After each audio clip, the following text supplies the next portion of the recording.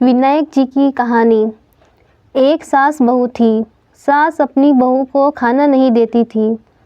बहू रोज़ नदी पर जाते समय घर से आटा ले जाती, नदी से पानी लाती, आटा गूंथती, पंसारी की दुकान से थोड़ा गुड़ घी खरीद लाती और शमशान की चिता पर रोटी सेकती।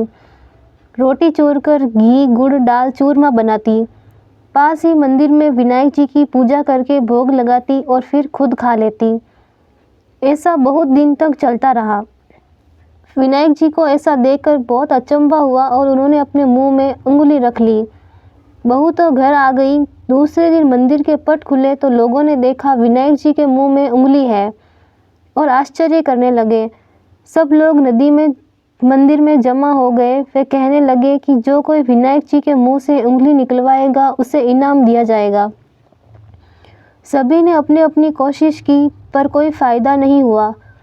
बहू ने अपनी सासू से कहा, मैं कोशिश करती हूँ। सासू बोली, इतने बड़े बड़े कुछ नहीं कर सके, तुम क्या करोगी? पर बहू ने कहा, मैं विनायक जी के मुंह से उंगली निकलवा दूंगी। गांव वाले मंदिर के आंगन में एकत्रित थे। बहू आई, निज मंदिर में जाकर कपाट बंद कर दिए और विनायक जी से बोली, मैं मेरे घर से आटा लाती, नदी से पानी लाती, पंसारी से गुड़ घी लाती, चिता पर रोटी सेकती। इसमें आपको क्या आपत्ति हुई? आपको मुंह से उंगली हटानी पड़ेगी। विनायक जी ने सोचा, इसने पहले मुझे भोग लगाया, सच्चे मन से मुझे ध्याया है, इसकी बात तो माननी पड़ेगी, और उंगली हटा ली। बहू ने मंदिर के दरवाजे खोले।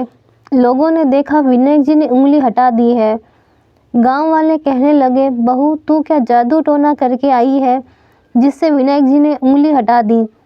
बहू ने कहा, मेरी सासू मुझे भोजन नहीं देती थी, तब मैं घर से आटा, नदी से पानी व पंसारी से घी गुड़ लाकर चिता पर उसे सेकती। पहले विनायक जी के भोग लगाती, फिर खुद खाती। इसलिए विनायक जी को अचंभा हुआ और उन्होंने उंगली रखी।